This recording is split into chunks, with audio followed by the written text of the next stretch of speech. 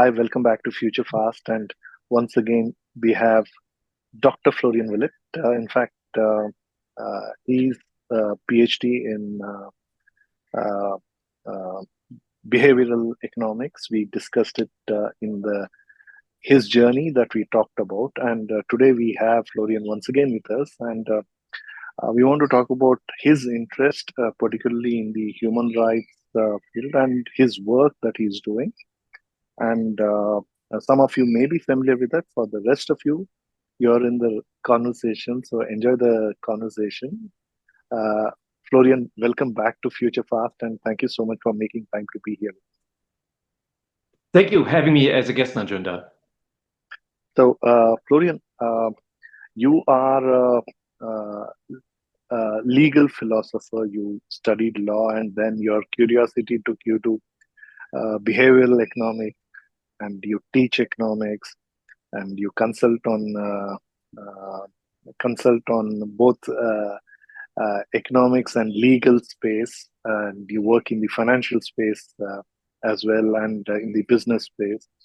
But you also have an interest in the human rights, and particularly your interest is death as a right and right to die, and which is independent of euthanasia, right? Which is permissible deaths to a person who's down with some kind of an illness or disease where there is no possible cure in the near future, which is also restricted to few places only, a few regions in the world.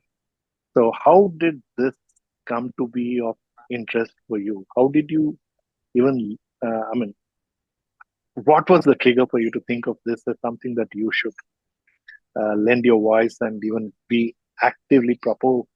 You're regarded as one of the proponents of right to die. So how did this thing? Where did this journey begin? To be able to really feel free, to have the feeling of self-control to the highest degree possible. I need to have I need the feeling of safety and the security that I can end my life at any point whenever I want it to end. So living my own life instead of just being alive for somebody else's purpose, you know.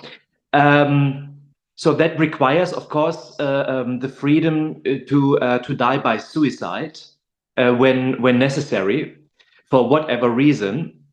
And I advocate for this law. Otherwise, I would always feel being under some authoritarian ideology, pressured and captivated. How did this thought come about? Because I think historically, religion and also the law and legal system influenced by various religions brought in a sense of morality, which makes us that it is immoral, right? Independent of religion, it is immoral to hurt one's own self or even commit suicide or even to entertain the thought of committing a suicide. So, given such a scenario, how did this thought come to you that, okay, it is fundamentally necessary for you to be able to think that you are free to end your life if you so choose to? How did this come about? What was the trigger for you to even start thinking in this direction? And Nanjunda, I can tell you that I was born 77 in the south of Germany. And already from the age of 5, I had love for my parents, for both my mother and my father. I had a lot of toys. I already was able to read, and I had lots of books. Actually, I was a happy child. But also around this time, for the first time, in the kindergarten, a girl broke my heart for the first time. And I was a night person, and my parents sent me to bed very early when I was extremely active, and I had to get up very early when I was still extremely sleepy. So there were some downsides in my life. I was clearly aware of them by the age of 5. And I always thought, well, if I compare the upsides with the downsides in my life, there should clearly be a surplus. Otherwise, life makes no sense for me. So of course, without telling my parents, I walked around the city and I walked around our neighborhood and I searched for a place high enough to jump down with absolute no doubt that I would die from that distance. So just in case, if at any point in my life I should be so desperate and well would also looking to the prospects of my future, having the impression that there is no positive change on a horizon in a reasonable period of time, I could have the chance to end my life and not being exposed to other people's decision. You know, so luckily, more than 40 years later, you see me still alive, and of course, my life was not only happy all the time. Of course, I've gone through some valleys, but there was always a surplus, a positive surplus over the downsides in my life. So, and I was raised completely atheistic. The idea of God was just not present in my upbringing. So I was always, you know, reasoning rationally without feeling any pressure from any kind of morality. Since you're also a behavioral economist and a legal philosopher, how do you see this argument that you just made as an individual in the context of uh, uh, behavioral economics from a society point of view, right? As a social being and from a legal community as well. How do you see?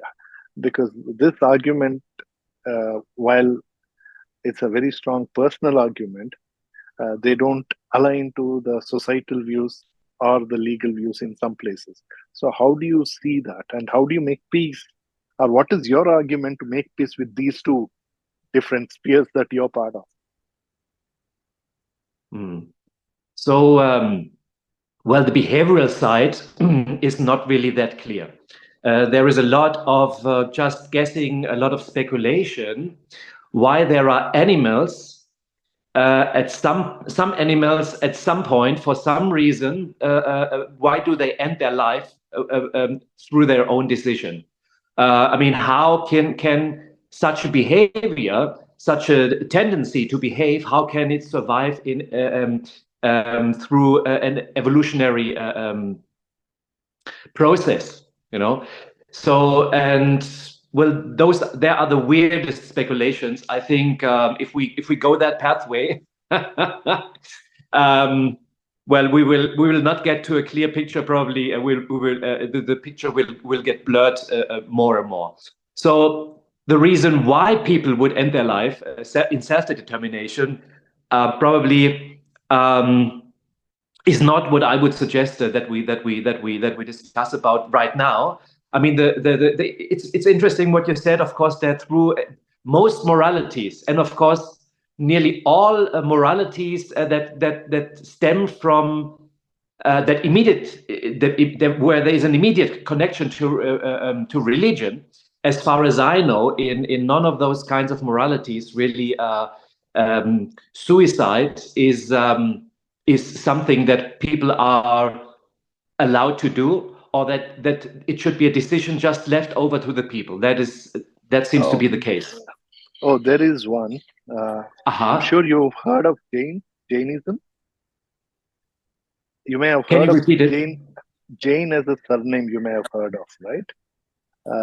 There is a. Nanjunda, may I ask you at this point, you can clearly understand me, right?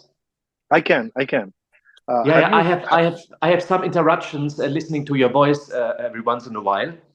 Um, so Okay. just Can you mention hear this me once now? again. Jain, Jain, Jainism or Jain, J In, A Jain. I. Um, no, I honestly I have to Oh well, admit. it's also a very popular surname. Particularly, it's a community, it's a faith, if you will. Some people believe it is part of Hinduism, and some people believe it is not, but legally, uh, in the last 100 years or so, it is identified independent of Hinduism as a separate Uh-huh. faith or religion. And post Interesting. independent, it is being regarded as a independent religion, and it is even identified as a minority faith in India. Uh, Mm. so Jains are typically, I mean, at least from a outside the business, generally people's perspective is Jains would be identified with mostly in the space of business in India, Mm-hmm, mm-hmm, right? mm-hmm. But uh, funnily, Jainism is identified with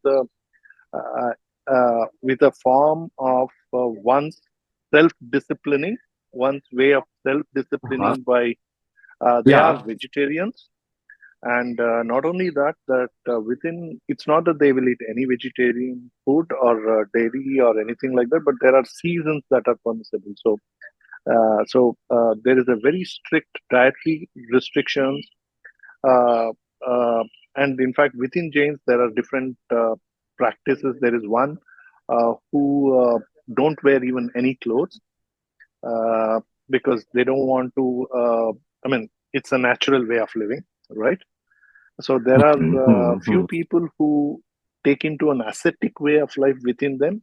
They they tend to practice it, while the common people who tend to identify with them with that practice don't do that, but they regard these ascetics as some sense of spiritual gurus, right? You get what I'm saying? Mm. So among Yeah. these Jain spiritual gurus, there is a practice of them uh, ending their life, right? Where they choose to Ah. leave this body. So it is referred to as Mm. uh, yag. So it's like they sacrifice this body to be one with, right? I mean, I may be quite incorrect in the way I'm interpreting. If any Jains, please feel free to correct Mm. me.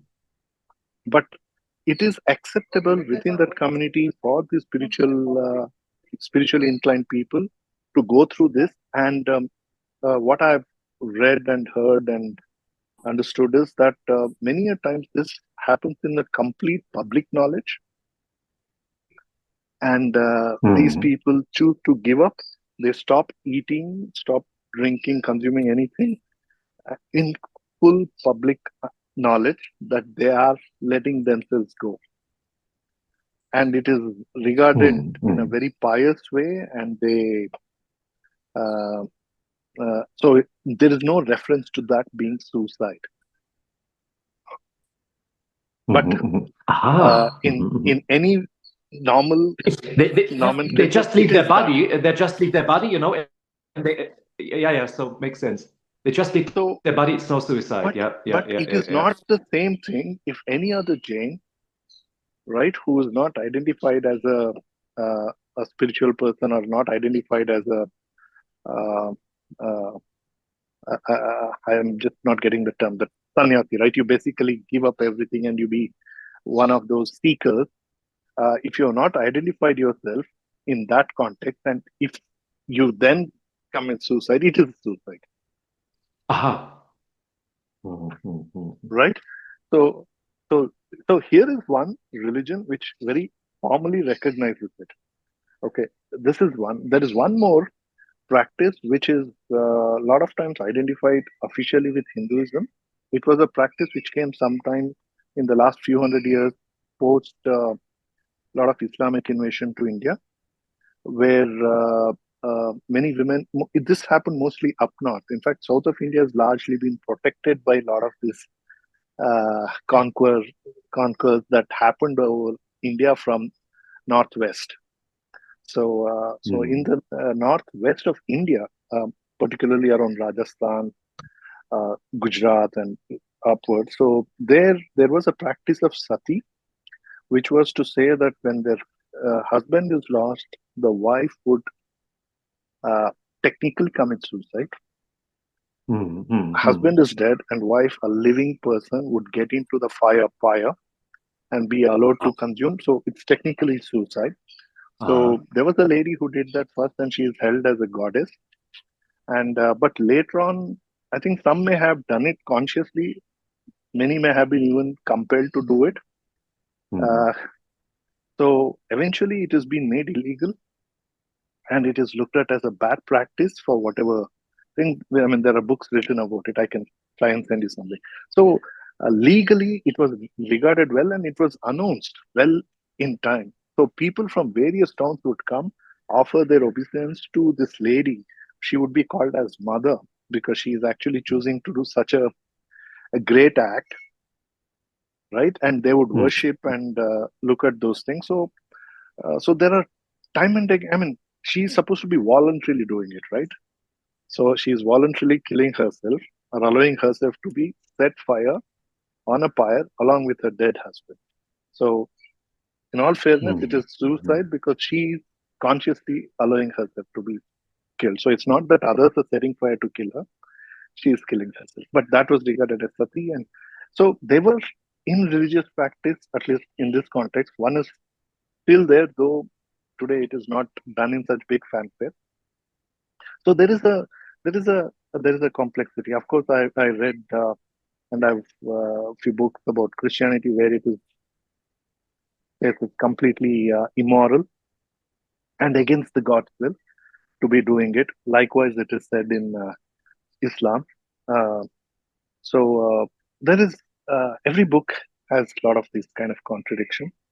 So, but I was just trying to put a context where he said that religious things were not done, but it was there, it is there to some extent, but it is quoted with a different wrapper that they say that okay, it's not the same, it is different. So let me add to what you just said. You used the word to commit, right? So and actually, I reject to use this word because it already implies that you do something that is against the law, something that is relevant from a criminal legal point of view, or at least you do something immoral. So I would never say commit suicide. I would just say somebody chooses suicide or opts for suicide among the choice they have. Or I would just say somebody dies of suicide or decided to die of suicide. I get your point. You're also Yeah. a legal person, so you want to be correct in the choice of word. It's perfectly fair. But how do that legal community see your argument? How do they agree with you? I mean, not necessarily the moral and religious view. There is a very different, strong, perhaps evolved out of religion and morality, but now it's legal Yeah. and law. How do they view your argument? Yes. I do have to correct myself a bit. In the Japanese culture, there are these harakiris. Where they during combat they kill them. They use themselves as a living bomb. To Correct. cause damage for the other party. And it's also in fact a suicide. And as far as I know, in the Japanese society, also it's common that elderly people who have no children, or when the children and the grandchildren are already grown, some older people they die by suicide because they don't want to be a burden for the society. And this has existed also in many tribes, which an anthropologist could tell us some stories about. Well, here in Europe, and I guess so in the so-called Western world, the society, meanwhile, are pretty much individualistic. So people try to optimize their life according to their preferences, and try to be independent as much from the society. And I don't know whether I've already told you in a previous conversation, but you see, I think in Hinduism there are lots of gods, right? And of course, the ancient Greeks had plenty of gods. The ancient Romans had plenty of gods, and the ancient Egyptians also. So, but the Muslims and the Christians and the Jews, they are monotheists. They believe in one God only. So something that I've learned, a very clever argument, that something that I've learned from Richard Dawkins, the British anthropologist, very clever, is, all these monotheists are also atheists in regard to every possible, thinkable, imaginable god, all those kind of gods that other religions have, just with one exception. Just with regard to their very own god they believe in, they are not atheists. So if you compare me, or if you compare them, these monotheists, to me, we are all atheists. I'm just an atheist with regard to one more god than them. And so, and in Europe, not that much in the United States, but here in Europe, lots of people have become atheists during particular the 20th century. And I think I can tell, I have seen some stats about the German society just 2 weeks ago. By this time, or just since 1 or 2 years now, there are more people not registered in any church and consider themselves, most of them considering themselves as atheists, than people being registered as in any church, a Muslim church or any of those Christian churches, so the Protestant and the Catholics. So if you grow up without any religious ideology, of course, that doesn't mean that there is no morality, but at least there is not this kind of authoritarian background where you have no choice but only command because God says so. So morality, you can have a very strong belief in morality, and you can be an extremely pro-social person. But morality or moral rules can be, of course, a subject of discussion among people. Yeah, so, and in if we turn our eyes now onto law, well, lawyers, they will tell us, or at least legal philosophers will tell us, well, there is a concept like natural law, as opposed positivism. So legal positivism is the belief that law, it should only be considered as law what is written as down as a bill, or at least a judgment from a court, something very explicit that stems from some institution that has some that's given some superior rights, as an institution by the state. So, and of course, people who believe in natural law, I mean, that's pretty much the same like morality. They think law is something that is given, and you just have to recognize it like a natural law from physics or chemistry.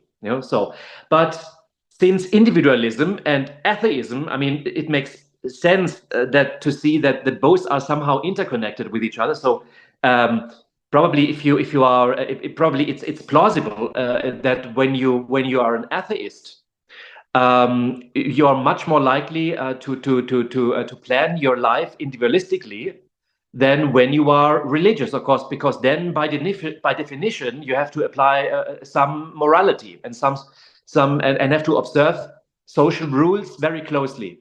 Well, I'm sorry, Nanjunda. In Hinduism, if you say atheist, there was a possibility that you could be a Hindu and you could still be atheist. So there was a philosopher or a guru or an influencer, a theologian within that sect called Charvaka. So he was called Charvaka Muni, or Muni is to say a sage or a saint, and who made a very strong argument on this. And he had a huge following of people. And broadly, there was still within the Hinduism, if you will. So you could still be a Hindu and you could believe a different God or no God. So it gives you a lot of scope to be highly complex and agree or disagree, and continue to argue about it and continue in the same fashion. Nanjunda, I mean, most of your audience is probably in India. So, India is so much on the rise, not only the population, but of course also the economy and the worldwide influence. So it's very interesting to see the relationship between the United States and India, where India becomes more and more self-confident and is not just only a figure on the chess game for the Americans to play around with. So I think the world has to adapt to the fact that Indian philosophy will knowledge about Indian philosophy and Hindu philosophy, of course, will spread around the world more and more. So people from other side of the planet will not get only access to it, but really will get opportunity to get connection to it and to investigate it and to be educated in it. So I think the world should prepare, or the world should already be prepared for much more Indian and Hindu philosophy. And I'm looking forward to it. Although I'm almost 50, I think I have to widen my scope, of course, much more for India. So those kind of stories that you tell me are highly interesting, and you're welcome to send me any input, particularly, of course, philosophical input from India at any point in time. I'm very curious about it. Oh, well, ironically, a lot of old Indian literature on all these things. The best source, perhaps today, is Germany, because there is a gentleman by name Max Muller. So today, Germans culture centers in India are named after him. It's called Max Muller Bhavan. I don't know how you. I mean, yeah, it is referred to within Germany for this. But the Indian Culture Center from Germany, German Culture Center in India, at least in Bangalore, is referred to Max Muller. I think it's the same in other cities in India as well. Where he actually took a lot of Vedic literature. And back Najun, to I'm sorry, I Germany. completely lost your voice at the moment. Well, Max Muller took a lot of Indian ancient literature back to Germany. So perhaps the best source for most of this thing is Germany today. So it should be kept there somewhere in German libraries. So probably you could actually start from Germany then come to India. But of course, he did help in some way of getting Indian and Hindu philosophy to the West. But today, as I see it, a lot of things were having some kind of agenda. They wanted to build a particular narrative about it, so that's how they used it. It was the colonial era, right? So that was. But I think yeah, that part is changing. But bringing back to our conversation, so on the legal side, how do you see? Is that one of the reasons why you prefer to identify yourself with Switzerland than Germany? Because there you actually have this sense of freedom and to stake, not commit, but uh, be free to uh, uh, what did you say? Not commit suicide, but To indulge die in an of act of suicide. suicide. Yeah. Yeah, to die of suicide in self-determination. Yeah. Yeah. So the law in Europe has at some point, of course, broken up with religion and with the Christian, the canonian law, and developed on its own. And there is no rule in criminal law any longer, which has existed in the past, that suicide is illegal and is a crime. So not even a suicide attempt is criminal. So in case you try to die of suicide, but you fail, also then you cannot be charged with any criminal punishment, any criminal sentence. So in Switzerland, suicide has been absolutely legalized and normal already since a half a century. But Switzerland is considered to be the most liberal place to have the most liberal law. Yeah, what is the history of legalizing suicide in Switzerland? How did it come about? Switzerland was also a Christian country, was also like any other European country, right? How is it that Switzerland changed? Oh well, the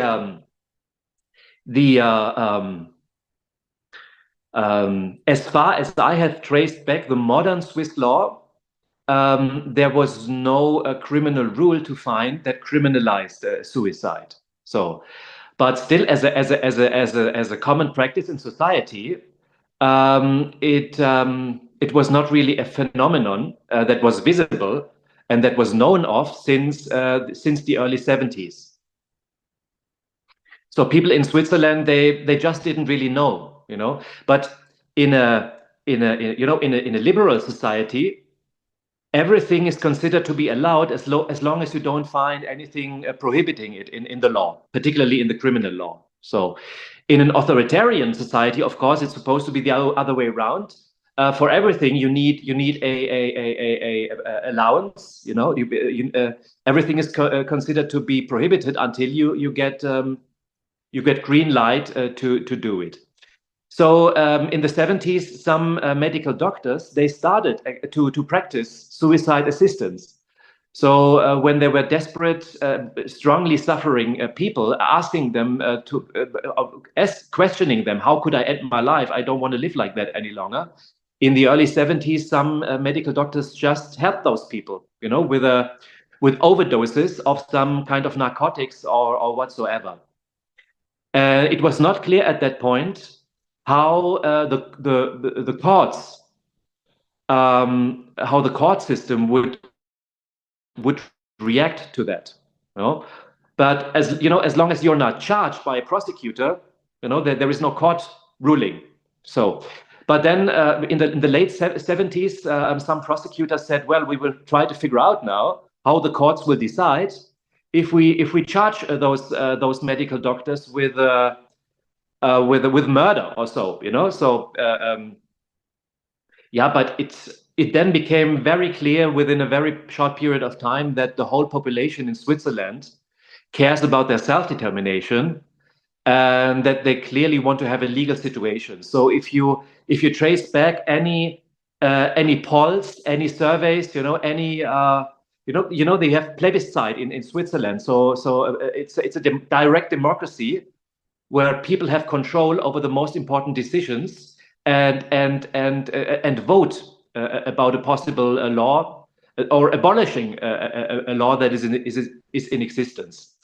So then, since the early 80s, actually, the legal situation in Switzerland was more clear. There were court rulings declaring it as compliant with the legal situation. Suicide assistance. I mean, it's always about the safety of the assistance, which is important because the person who has died by suicide, that person is dead anyway. So, and then I think in 1982, the first human rights organization was founded, who has the main and only focus to assist people who want to die by suicide. And then the second, meanwhile, very large one was established in 1998 in the German-speaking part of Switzerland. And in the French-speaking part of Switzerland, there are meanwhile also a whole handful of those kind of organizations. And I have founded here in Switzerland one last year in November. You know? So in our organization, people are not supposed to die of taking in any medication, any overdoses of a medication, drinking it or injecting it into their veins. But in our organization, people go into a suicide capsule. They close the door behind them. They press a button, and they just keep on breathing air. And as you know, anyway, all the air that we breathe, 80% of them is nitrogen and 20% is oxygen. So in this capsule, then the level of oxygen will drop down to less than 1%, and you will not feel the difference. You will just keep on breathing until you lose consciousness. and until you then die of hypoxia, which means a lack of oxygen, in a lack of How oxygen long would it supply. take? How And long would it take? let me just add let me just add this one idea. You will not feel any torturing feel of suffocating, not at all, because suffocating comes from not being able to breathe out the used oxygen that you have in your blood. Right. Huh? So it's not even like suffocation. So they just No pass out? suffocation at all, which is very, very important, of course, because suffocating is a horrifying scenario. Right. So, and they just basically pass out, and first they lose consciousness, right? And then body keeps taking in nitrogen without oxygen, and gradually each organ start failing. I mean, I'm just assuming. Is that the way it works? Yes, pretty much that's the way it works. So, and how long would that take? That starting from switching on the button to, and what is the indication of there is no more life in it?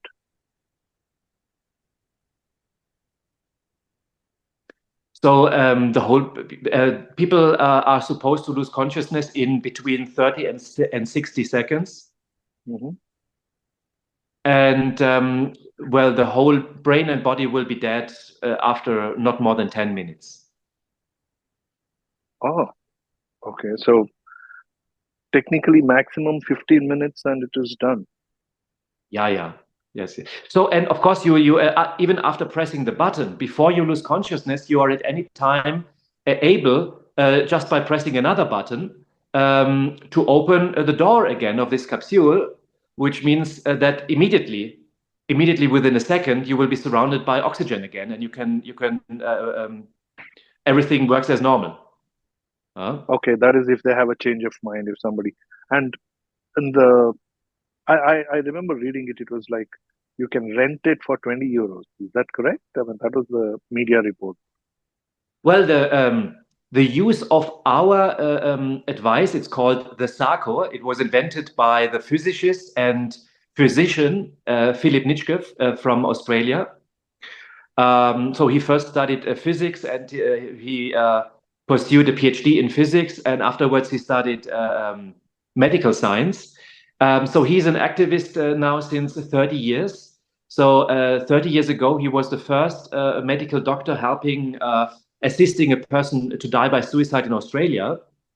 And, he's actually Oh, that was a famous case, right, on euthanasia. In fact, that worldwide media attention it got. Nanjunda, be careful. It was no euthanasia, because euthanasia means that there is a person who administers something into your body. So 30 years ago, he facilitated a healthy man to commit suicide. Yes, he helped the person to die by suicide, not to commit, but to die by suicide. In the same manner, similar manner. Yes, of course. Okay. So, and he's being a PhD in physics. He's in fact he's just a nerdy engineer. Who is in his laboratory every day, working on some applicants, trying to figure out how to make the process of dying with this method safer and safer. And the SACO device is his very latest invention. He has worked on this particular device now since 15 years or so, and I think it has cost him 600 or 700,000 European euros. So he lives in Switzerland as well? No, he lives in the Netherlands. And Netherlands is also, it's legal to kill oneself by suicide? You call it legal. You don't. Me coming from a liberal perspective, I say it's not criminalized. Okay.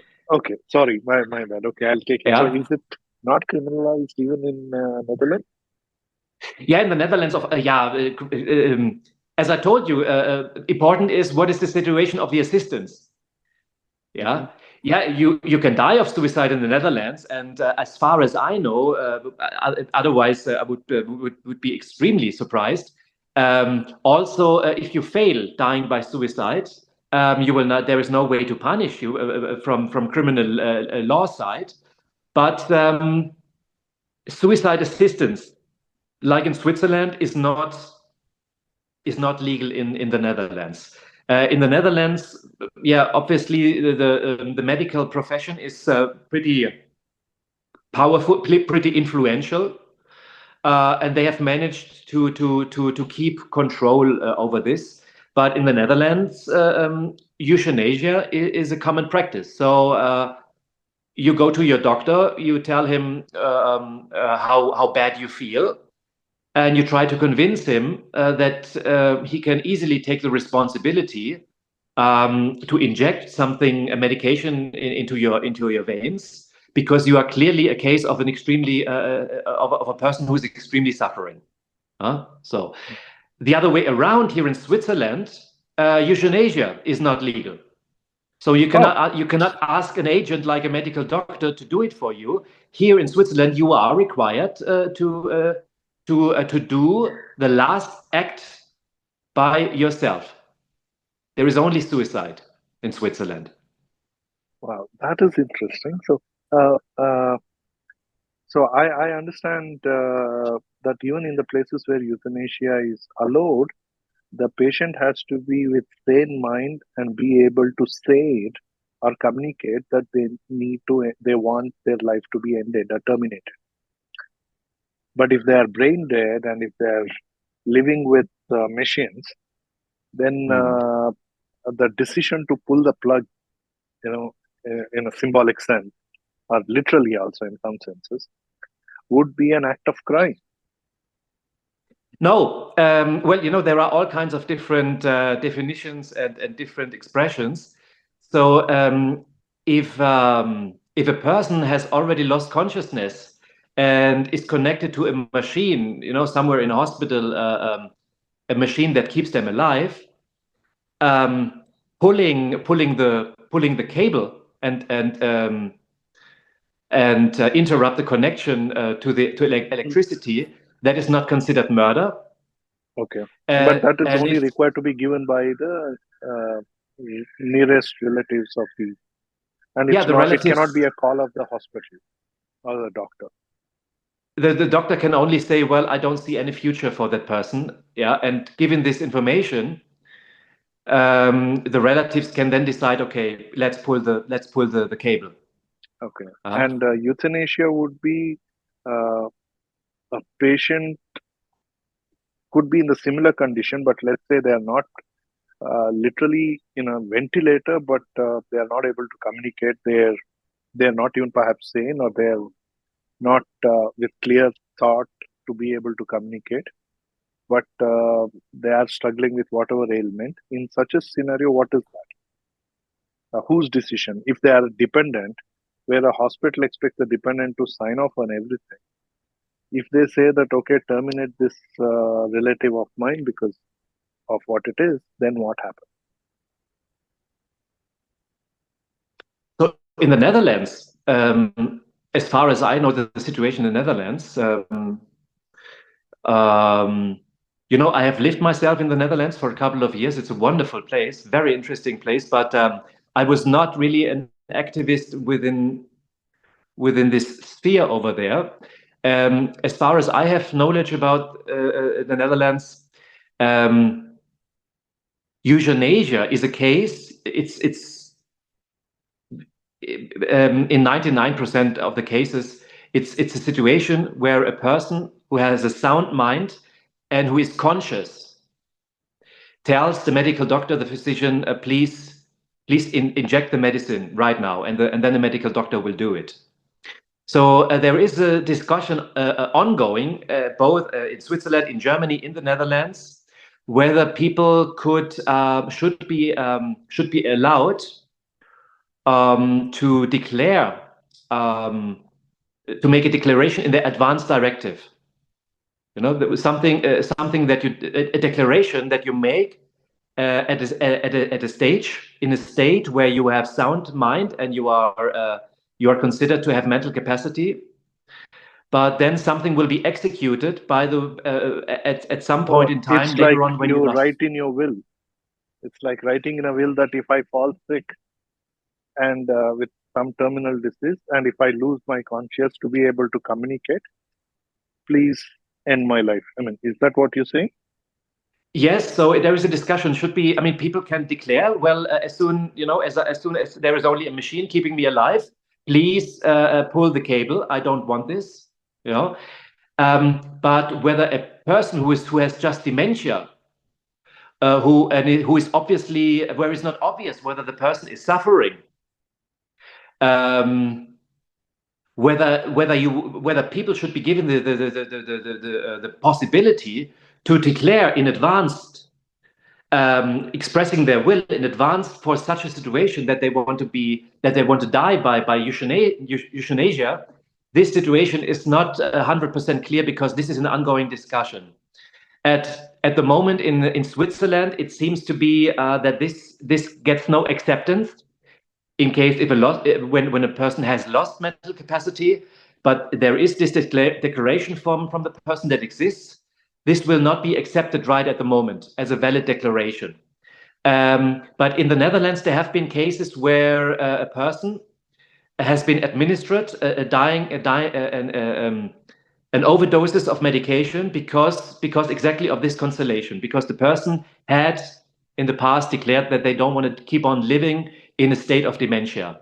But there's been a lot of criticism, and people have been taken to court, but they have been then released of criminal charges, and there you can see that legal history still had to be made and is still ongoing. So these cases are not 100% sure yet.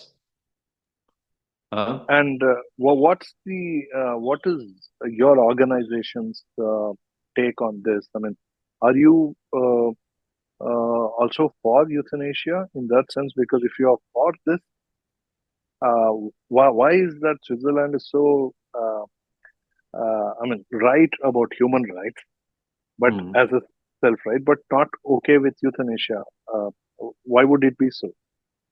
Yeah, because the medical doctor is also somebody who has a human right, who can declare, well, I'm not willing to assist you, and I'm not willing to administer from my side any injection that does not comply with my conviction.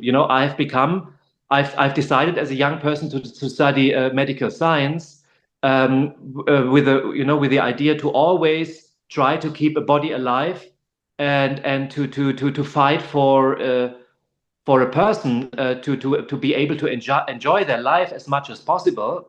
So help them out when they have health problems, but not ending a life. So that's the argumentation that comes from the medical profession.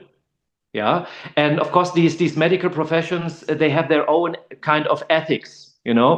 Of course within any profession, there are unions, people going to workshops and conferences discussing about their internal rules and their internal ethics, and yeah. So the medical doctors, the vast majority, just doesn't want to do it.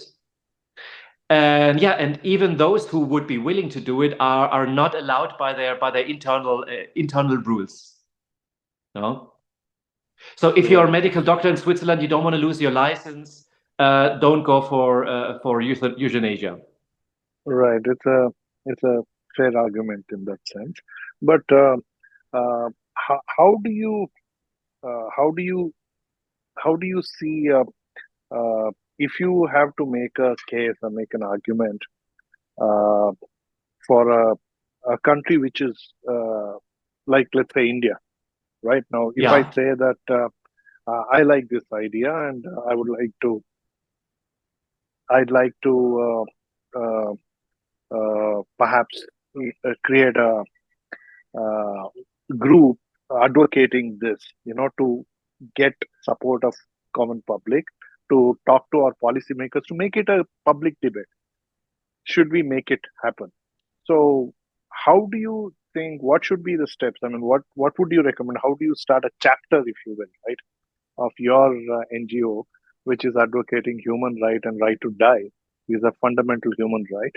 How do you think you would get started with this? I mean, do you want to give me some ideas, or maybe some of my listeners or audience may be interested? Yes. Just mentioning, because you've asked me this before and we have not finished this idea. So the use of our device is completely for free, but you have to pay for the oxygen that's used, and the oxygen is round about, yes, 20 in local currency, 20 Okay. Swiss francs, which is Okay, the 22, 20. 23 Okay, so US that dollars. cost is more towards the supply of oxygen and not really for the use of the device. Yes, the use of the device is for free. You can become, you are very welcome to become member of our society. And there is a small membership fee, and with if we can gather Okay. enough people, Okay. we will be able to finance the organization in the long run. So Okay. We'll hold my question on that one. So okay. just continuing on the same thread.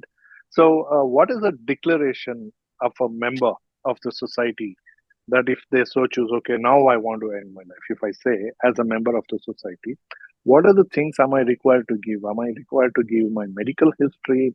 Or what is driving me to take this decision? What are the things? What kind of a thing do you ask?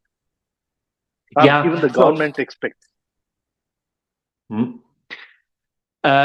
So first of all, you do not have to be a member. You don't have to fill out the membership form, even if you're a non-member. You are welcome to apply for using the device. Just if we have a trade-off, a person waiting who is a member and a person who's waiting for using it who is not a member, maybe we will discriminate the one who is not a member and give the opportunity first to a member. But if there is nobody else waiting, then also as a non-member you can use it.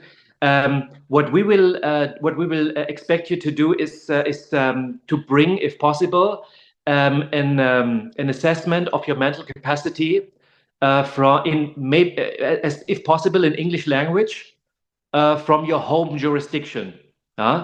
And also we would like What to should it ask. be saying? That I'm not in depression, but I'm conscious and clear minded and willfully choosing to die? I mean, what is that thing you look for from this report? So if possible, if a medical doctor in your culture is willing to do that, would be great if he could if you could confirm that you have the capability, the mental capability to think and to reason about those kind of things, and to make the decision to end your life. So you How are do you not. differentiate? How would you differentiate a person who is clinically depressed Yeah. and are they okay to decide because they're already in depression? Is that okay for a person who's already depressed to choose to die because the rest of the things will hold good, right? Yeah, let's just wait for a second, Nanjunda, before we open too many bottles. Let's get back to this. Very important. But what I tell those physicians, those psychiatrists who give this kind of who make this kind of assessment for the first time. A young psychiatrist. I tell them, imagine you are a math teacher in school. After an exam, all these papers lie in front of you. You are not the one who decides whether one of your students will pass the test. You will only check whether the criteria meets the performance. That's all you have to do. So Okay, so you basically want to say as a that it's medical not that you're doctor, signing off their death warrant, you're only confirming their as mental status. I sometimes have problems to understand you, No, you Nanjunda, because of basically the connection. you want a confirmation or clarify to them that what they are signing off is not a death warrant, but they are Exactly. just confirming their mental status, and that is it. Exactly. So so when that they you're don't carry the guilt of having approved or confirmed somebody to go and. I wouldn't call it guilt. I would So call it responsibility, maybe. So another example I give them is imagine you are an orthopedist, and somebody comes with you with a knee that's been injured. Maybe that's a football player, and the person asks you, "Dear doctor, can you tell me whether my knee is now back full in the condition to do to use it?" And the medical doctor has no idea that you're aiming to play football with it, but the medical doctor will just tell you whether your knee is okay.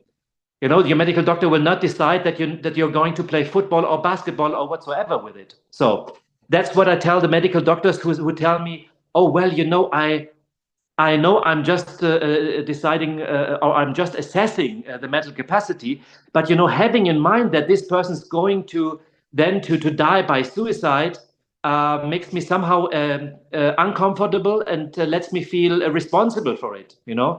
So yeah, that's one more thing. the Then medical doctor. why is it important that the person gets this letter from their region? Why is it that someone in Switzerland can actually validate or verify and they can give a certificate? Why do you expect them to bring from their own place?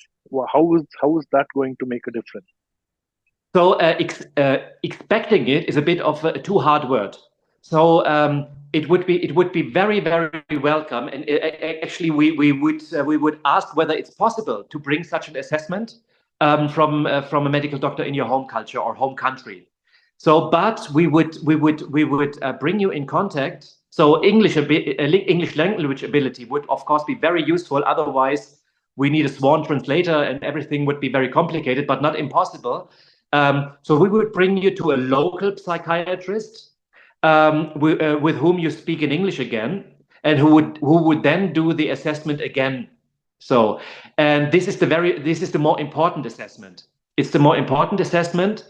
This one is really required because if we are when we are able to put such kind of assessment into the file, into the dossier of the dying person, then we definitely bring the assistances, the people who help you executing your wish to die.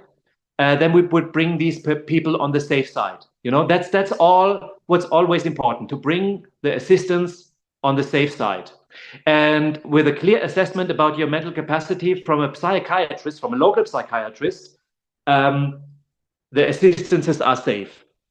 But you just make it easier, and you make the whole process very much faster if you can provide this local psychiatrist with an assessment that you bring from your home psychiatrist, if possible with your whole medical history, of course, because then all the assessment over here will be much faster.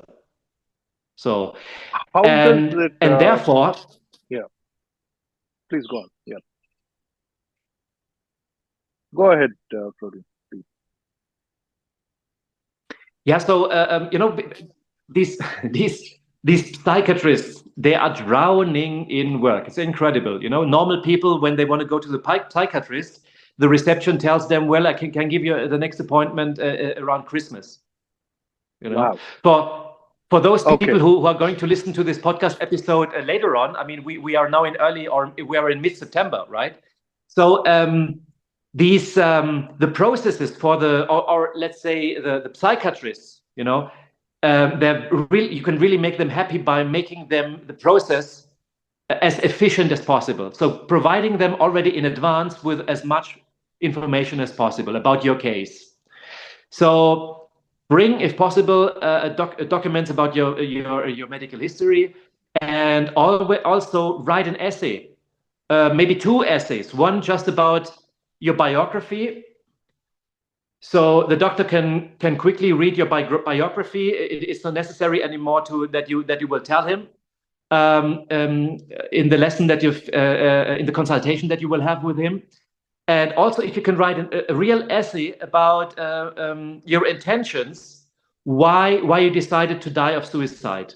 So because then this gives the medical doctor just an opportunity to get an insight in your capability to make a plausible, to line up a plausible line of argumentation and reasoning, you know, which then is an indication for your mental capacity.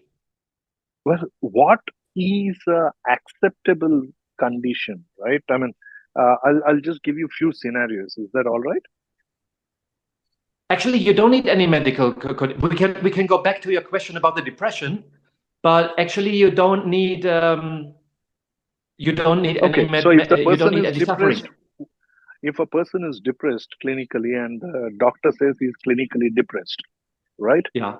So, but obviously, despite the clinical depression condition, it is most likely that the person will be thinking of, okay, from my point of view of being in India, committing a suicide, right? So the person gets to know of this opportunity. So he writes an essay, two essays. One is a biography, and the other one is why he or she chooses to go with this, and gets a letter from a psychiatrist suggesting that they're clinically depressed. What happens? How will that get viewed? So a depression is not is not 100% argument for considering a person as regarding a person as being mentally not capable or Correct. not Correct. having mental capacity. Not necessarily, but possible. And actually, the likelihood is pretty high. Likelihood is pretty high that when a psychiatrist sees that you are depressed, that he will take into consideration whether this is an argument against giving green light for your mental capacity. Yeah, but it's still possible. It's still possible that even depressed people can explain their situation in a very reasonable way, and Yeah, they can because they explain. are professionally capable, right? Yeah. They can be employable. They can even be employers. They can be an investor. So they can pretty much play all acceptable professional capacity in a normal society. So how will this be regarded otherwise? I mean, Yeah. will it be regarded otherwise then? So there we are at a point. That's why I'm saying with depressed people, the situation is not 100% clear, and you cannot be promised already right from the start that a psychiatrist over here is willing to confirm your mental capacity. But it is still possible. It's just not a clear case. You're in a gray zone, and it's up to medical doctor to decide whether he assesses you as mental, sufficiently capable or not. But if you declare that you are suffering, and the suffering itself is a reason for you to end your life, this of course makes complete sense. And the depression itself can be, of course, be regarded as a kind of suffering. So the depression itself is just because you have a depression. This is not a reason not to assess you as not mentally capable.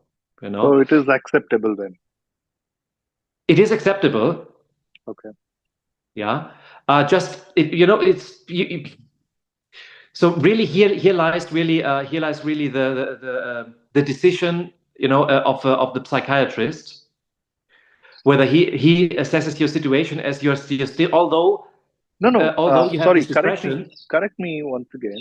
The role of psychiatrists is to issue a letter that I'm mentally sound to take any kind of decision. That is it, right? It is not necessary that psychiatrist is required to suggest that I'm mentally sound to take a decision to end my life. Is that necessary that psychiatrist also has to mention this, or they just require to say that okay, the person is mentally sick, but is good to do his own, take care of his own things, or mentally depressed, but good to do his own things, or he is mentally fine and good to do his own things, but no need to refer that also to be able to take a decision to end their life? Is it necessary? Yeah, well, there is just the factual practice among the psychiatrists. We cannot tell them what to do and what to talk about with their patients. To figure out whether you have a mental capacity and whether you can argument in a plausible way. This psychiatrist will not open up a political discussion with you. You know, the psychiatrist will clearly ask you questions about decision, about where he can draw conclusions from about your decision-making capability. So, do you provide some kind of a template as a society that, okay, this is what kind of a messaging that we want from your doctor, your psychiatrist in your home country for us to take through, go forward with your application? Do you give some kind of a So, template? well, if your psychiatrist in your home country can make a statement as clear as possible about whether he is sure that you are able to decide about ending your life in self-determination, as clear make this message as clear as possible, and you will ease the process further on for our local psychiatrist, and you will put on ease, of course, your future suicide assistance. So also, which is important, is it really an act of self-determination, or are you under pressure from some kind of people? So if you could provide us with an information about your family background, about let's say you are a wealthy person and you have some greedy relatives, that would make it, of course, would make the situation very suspicious. So if you could include maybe a statement from your relatives, those people are not total requirements, but if you could provide statements from your children that they are aware of your situation and that they spoke with you and they have an understanding about your situation, that all this would make the whole process just easier and more safe. Safe in the end, in the very end, always safe for the assistants. So in the end, also for me. So what the criminal code here in Switzerland, where I am, what it says is any person can assist a suicide as long as there are no selfish reasons. So if you tell me that I'm allowed to inherit all of your wealth and you are a wealthy person, this probably would put me in a situation where I'm suspicious of being selfish and being egoistic and having you helped because I'm greedy. So that doesn't mean that you're not allowed to donate to our organization. But yeah, we as assistants, we have to make clear that a possible judge, a prosecutor maybe, but at least a judge in the end would not get the idea that we are selfish. So yeah, and if there is no pressure from your family, then but anyway, the psychiatrist will ask you this, because the psychiatrist will ask you this to make sure that this is a situation where you execute your self-determination, and it's not that you just do what some people want you to do who put you under some kind of pressure. Okay. Right? Tell me, see, India and many hospitals in India promote something called health tourism. Health tourism. Right? I mean, so many people, even from US, come to India, get some treatment medically, and they fly back. So a visa is issued towards this purpose. So now in Switzerland, uh, so if you go through this, so say I need permit, I need visa to travel. So those who choose to take this service, how will the visa application be? How do you ask this? What does it? How does it work? Oh, the visa application process.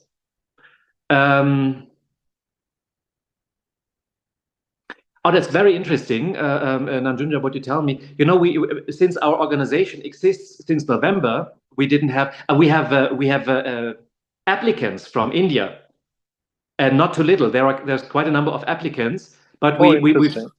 yeah, I mean we have told these people that we are run over, by requests.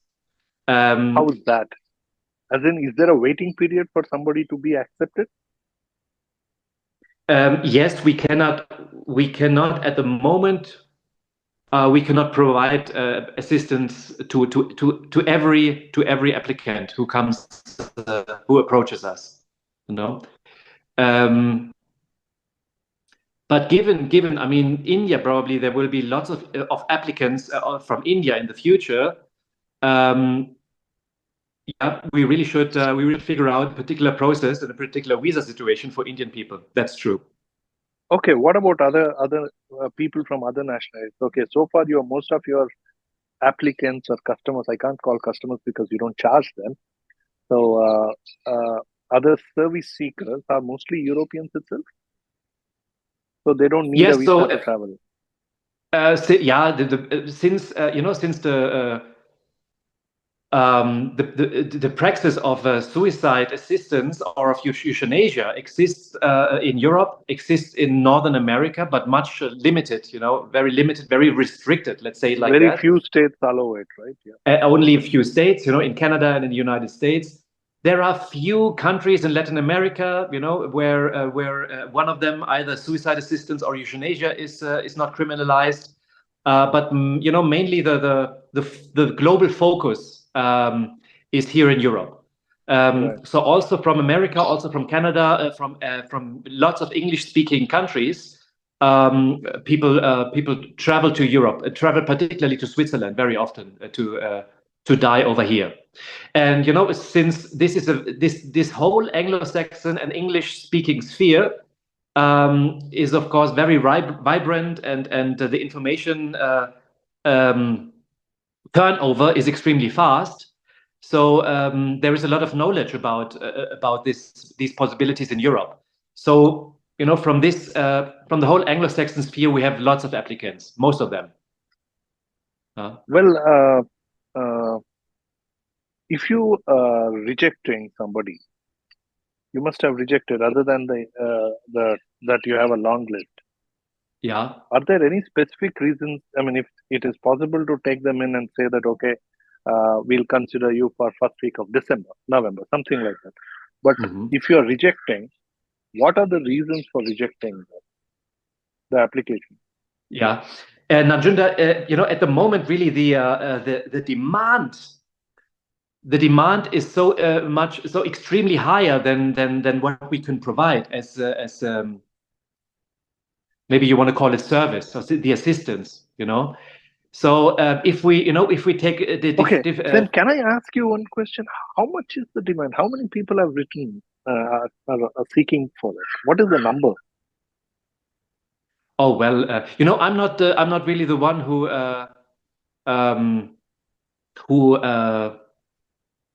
who is doing this observation within our organization. I mean, some approximation. So I just see the emails coming in. I think there are at least 10 applications per day. Oh, okay. And how many can you undertake in a day with the infrastructure capacity what you have? You said that the demand is far too higher than the capacity to fulfill. So how many can opt in or be opted in for this service?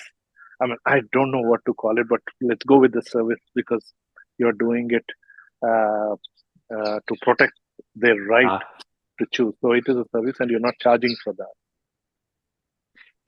Nanjunja, I would say in the long run, probably we would try to keep up with the other organizations here, and the other human rights organizations here in Switzerland, who all use the method, of drinking or injecting overdoses of medication. They do it usually. They usually do it 3 or 4 times a week. and we will try to keep up with this. So there you can see the number of applications at this moment will highly exceed the number of possibilities. So which means if we just take from Why all the is it 3 to 4 in a week? Is it because there are other legal procedures that you have to deal with the government of Switzerland? What is it's a taking so matter of much of time? Because you capacities. said it is less than 10 minutes, or at best 15 minutes per person. I'm sorry to make it look like a factory production, but Oh, please, Nanjunda, please do not underestimate the whole bureaucracy behind the process. You know, the person makes a contact.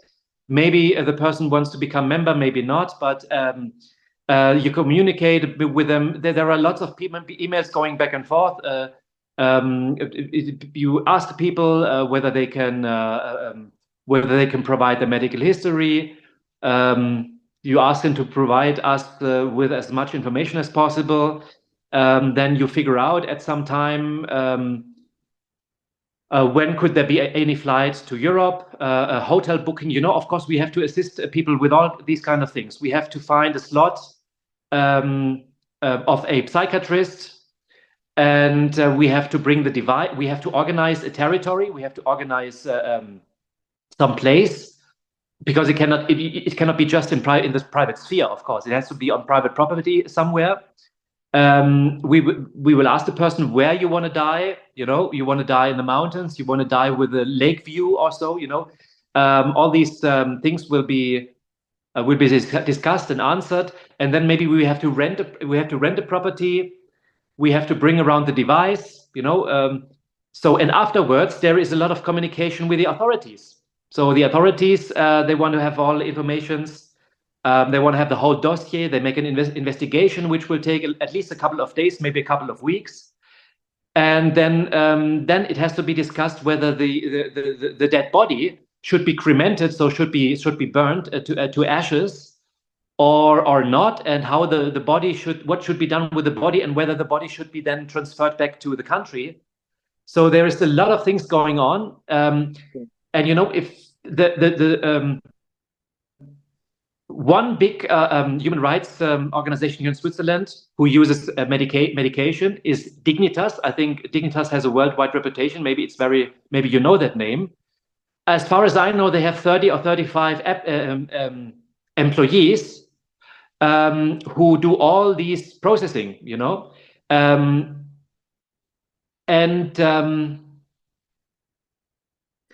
they don't want to grow. They don't want to grow because the founders and the head of these associations and of these organizations, they don't want to lose control or oversight about what's going on here.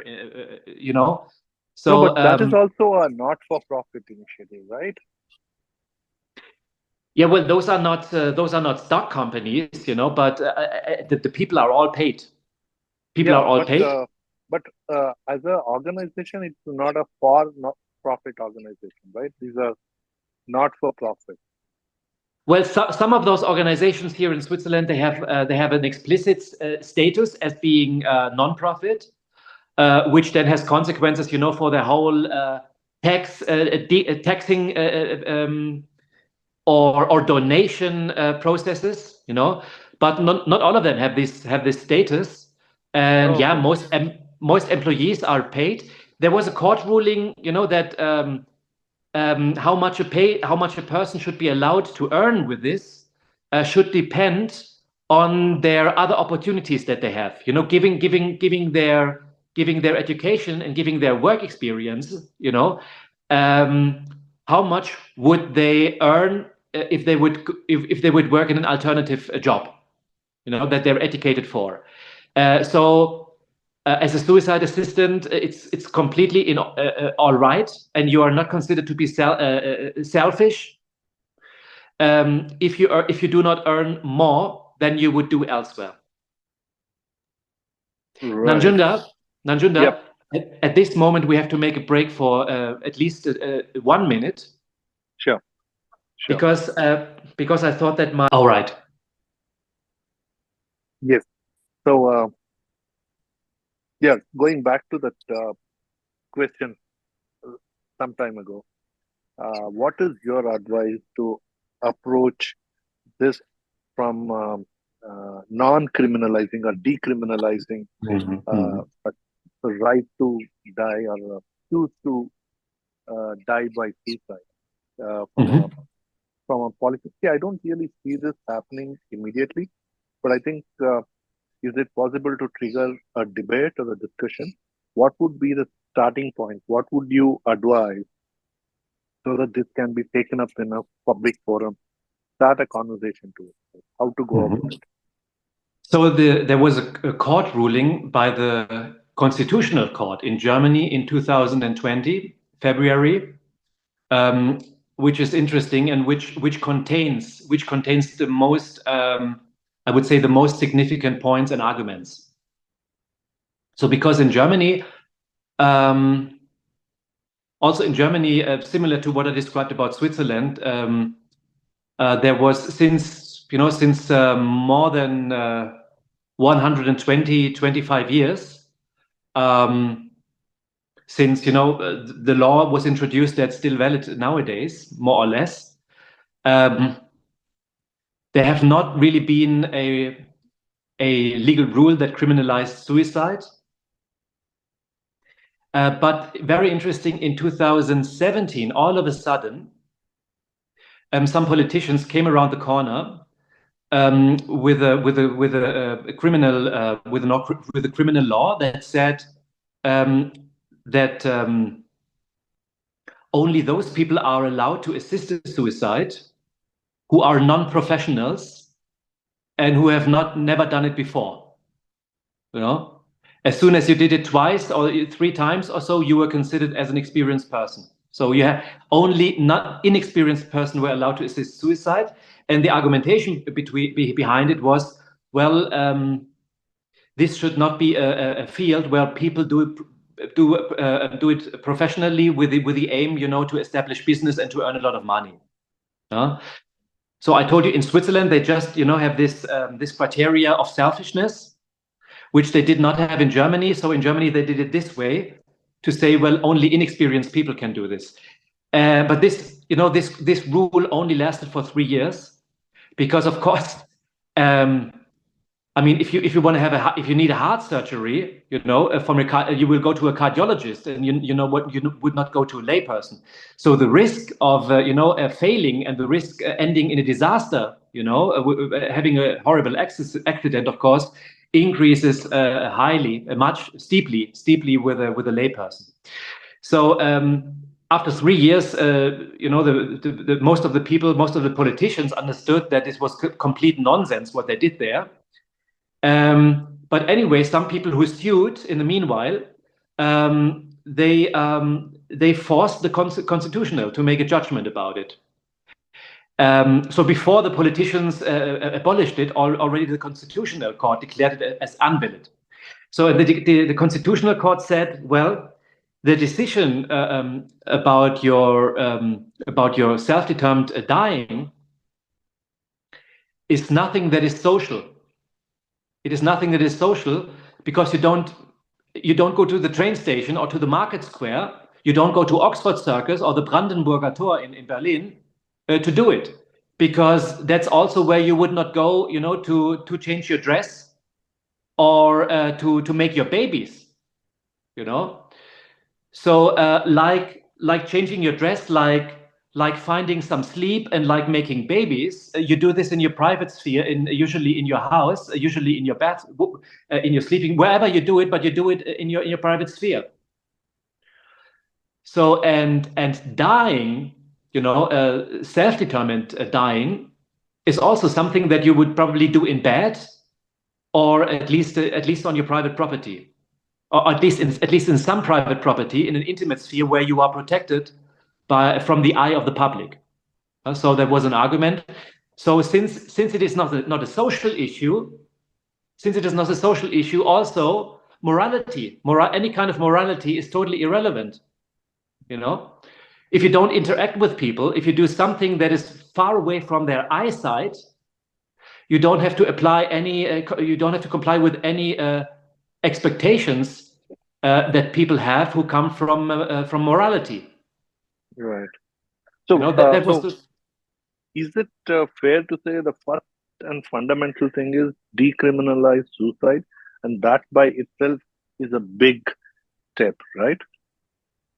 So if you have an explicit rule in your jurisdiction that criminalizes It suicide, does. suicide It actually, assistance, not forget yeah, then assistance. Assistance would be actually a lot bigger problem, but even a failed suicide attempt is a crime.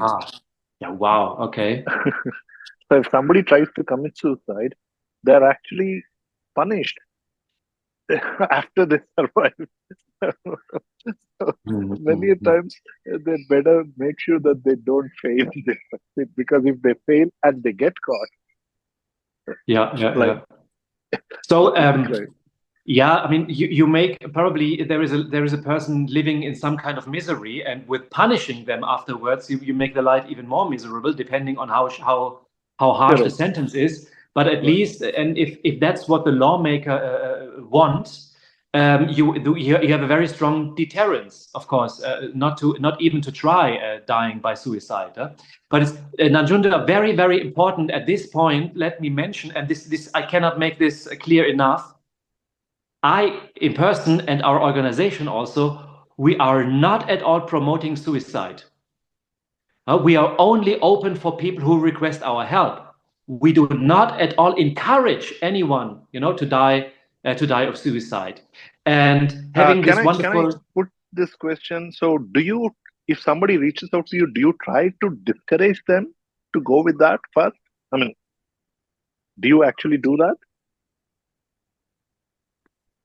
Well, if an 18 or I don't know at what age you get you pass the threshold of legal age in India. So let's say you are a person just above that, you know, Mhm. it's just a reality that we would feel very bad helping you, assisting you with suicide if you're 18 years old. So of course we would ask you Oh well,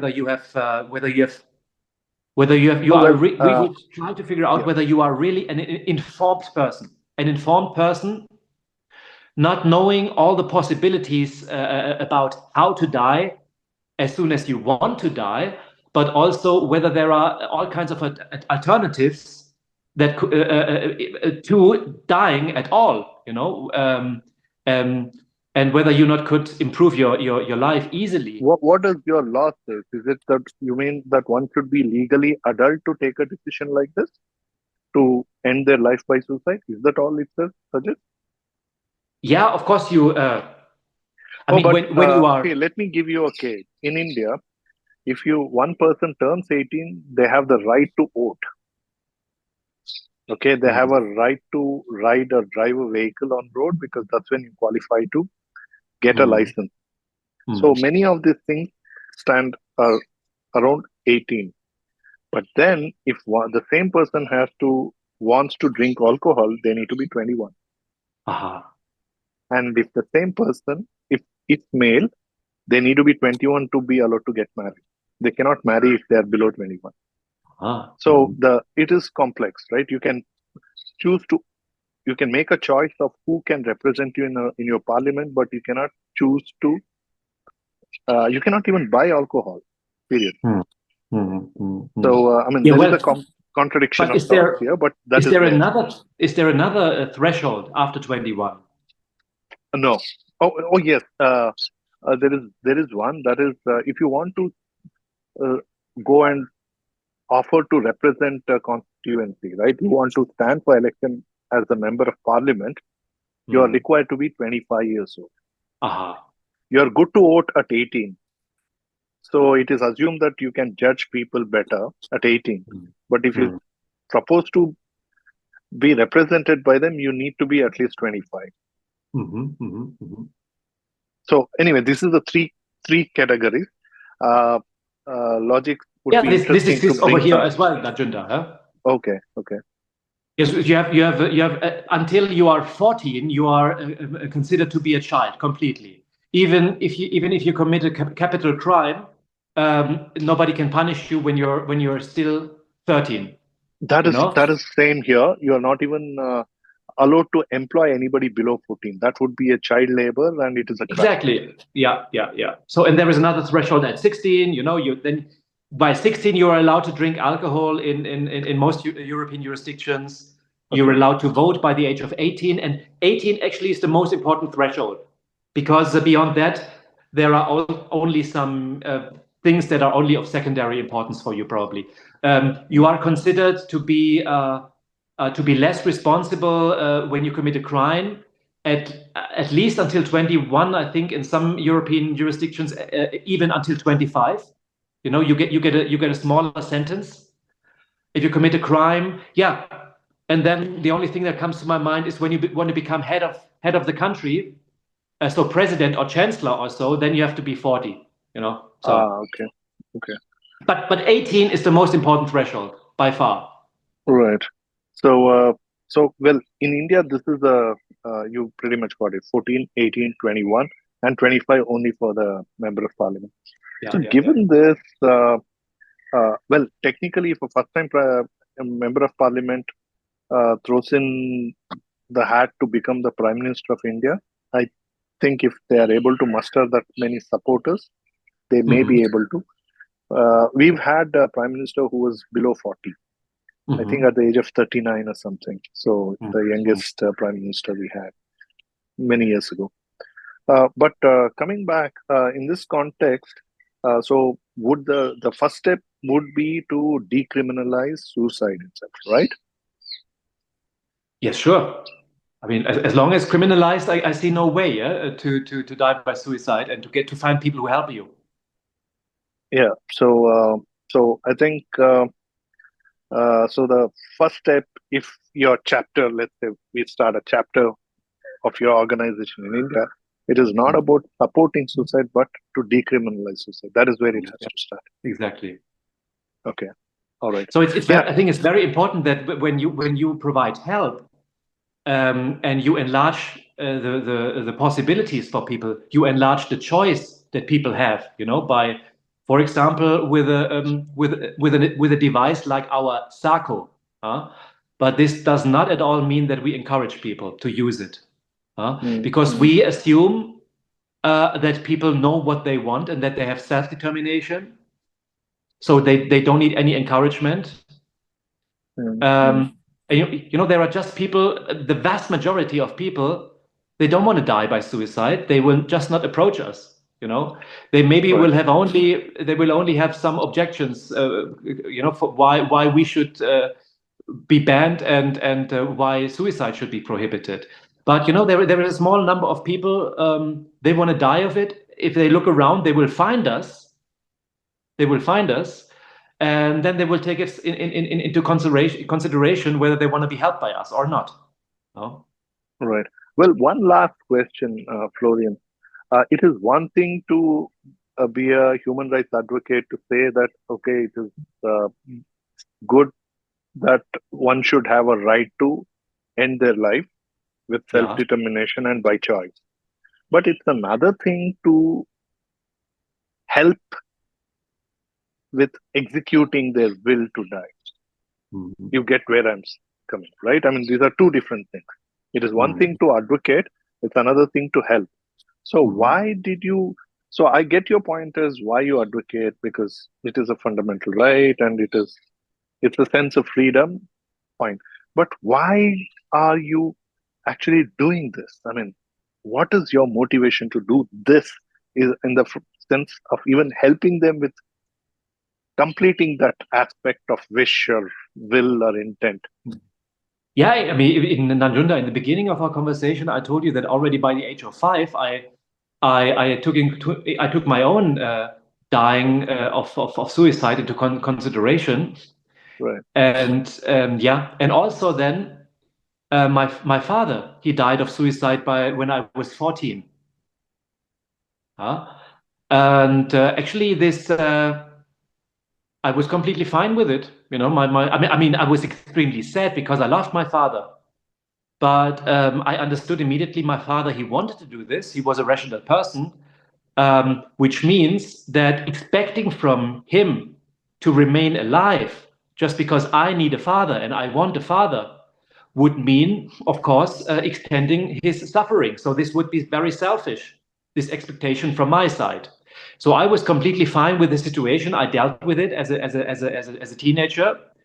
Was a bit sad that I never had, an advice from your father, from a person from where you know by 100% that this person just wants the very best for you without having any own agenda or so.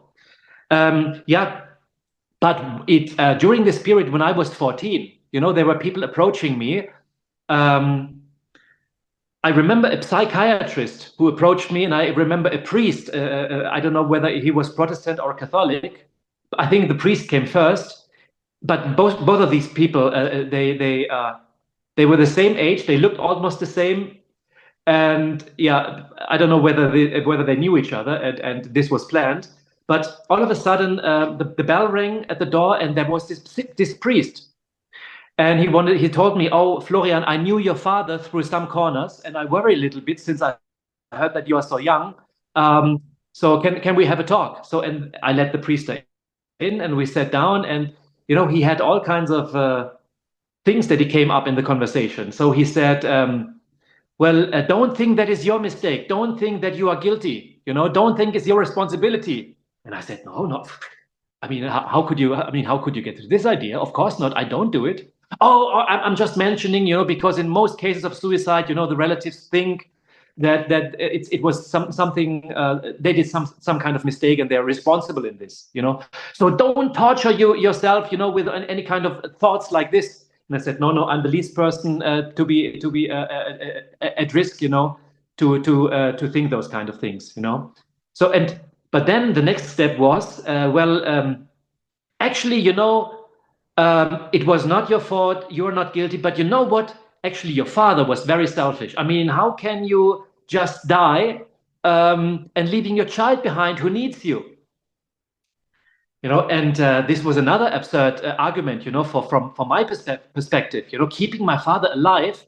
This means my father is there for me. This argument is wrong in your perspective today, or was it wrong when you were 14 and when this happened? Yeah, it never changed since I was 14. It was completely wrong to me. It was the same thought process you had then, that even it's not selfish of him to have done that. Okay.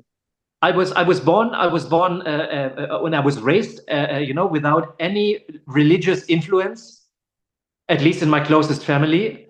So with no particular morality. I was just told that you should be empathetic with people. Empathy. Morality means you approach a person with a set of rules, having a lot of expectations, and expect the person to comply with these rules. So you don't care that the emotions of the person are secondary. First of all, the person is the one who has to comply with your set of rules. So, and having empathy for people is the other way around. You first ask the people, what are your emotions? What do you need? What are your preferences? Can we help you? Do you feel bad? Can we help you? And so I was always told, be empathetic with people, So ask them first what their position is.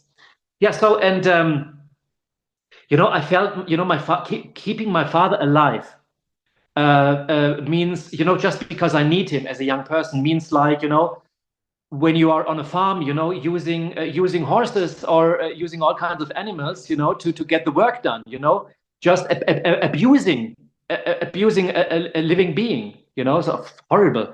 So, but I understood that this priest came from some very weird religious morality, but what was very interesting is that 3 days later, I told you that the psychiatrist knocked at my door, and actually I had the same conversation with him, 95% the same situation with him.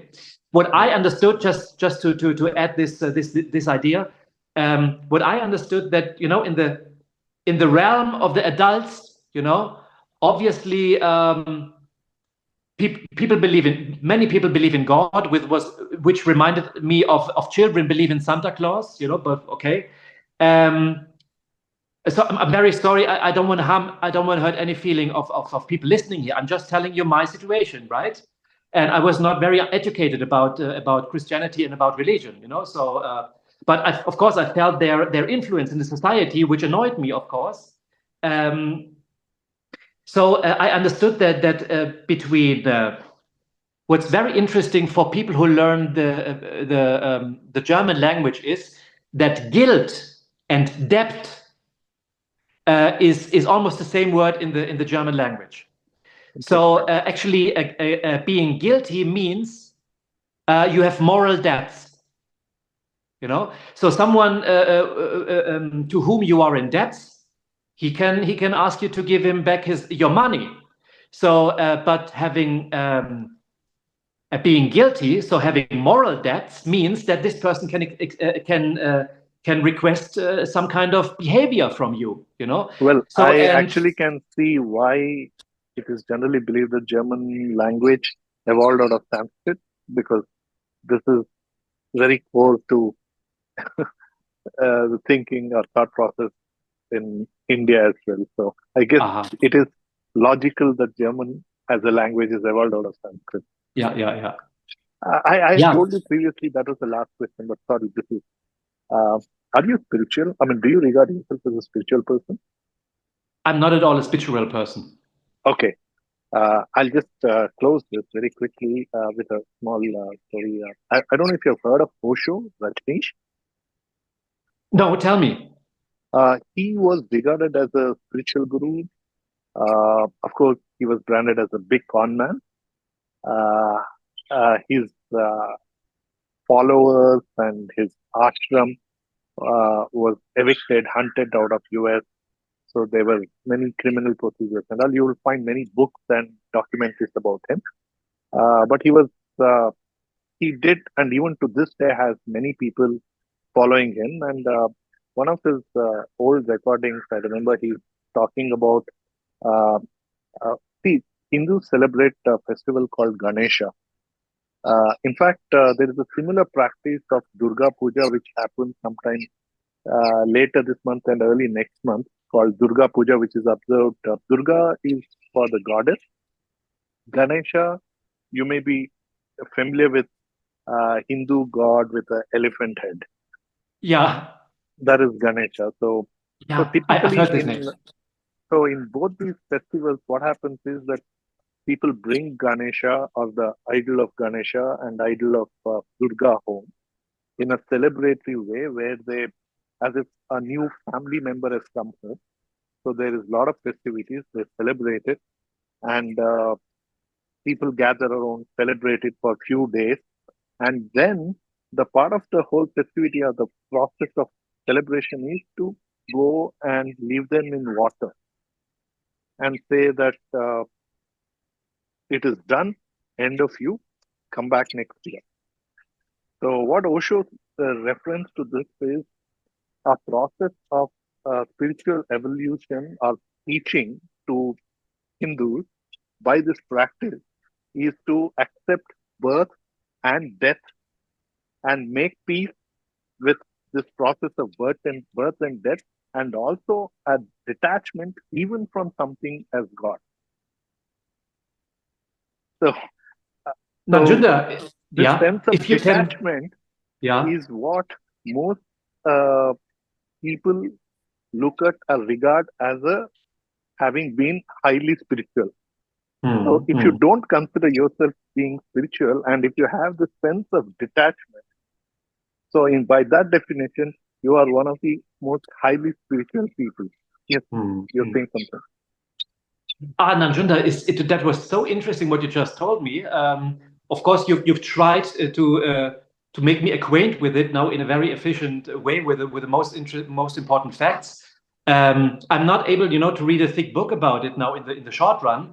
But if either you yourself or if any people from the audience want to provide me, with a little bit more information about this, with a small booklet or with an essay or so about this, which gives me a little bit more information than you just did, would be very welcome. I'll try to, and I'll request our audience and listeners. You have all the links to Florian right here below this podcast. Please feel free to communicate, connect. follow and also engage. Yes, Florian, you want to say something? Yeah, we spoke a lot about the practical side of people who want to execute their self-determination, who want to die by suicide. They can come to Europe, etc. They can approach our organization. They should have a look at the SACO on the internet. But so we spoke about the practical side, but we spoke about the philosophical side and possible political arguments. Not that much. But actually, of course, those are the questions that raise, of course, the most interesting discussions, and bring people into interaction with each other, actually really discussing with each other.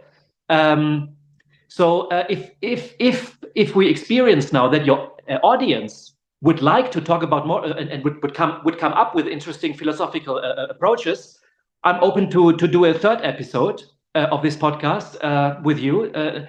Let's make it dependent on your audience and what they're interested in. Wonderful. Thank you so much. I'll hold you to that for sure. And once again, to all the audience and listeners, you heard Florian. So please feel free to come back with your feedback and input and suggestions. And if you want to criticize, that's also welcome. It's completely democratic. So please feel free to reach. And we'll engage soon. Until we meet again, enjoy the ride. Florian, once again, thank you so much for giving your time and mind and sharing everything that you did. I take a lot of inspiration from this talk with you, so I really enjoyed it, and it's on me to say thank you. Really, thank you, Nanjunda. Was entertaining.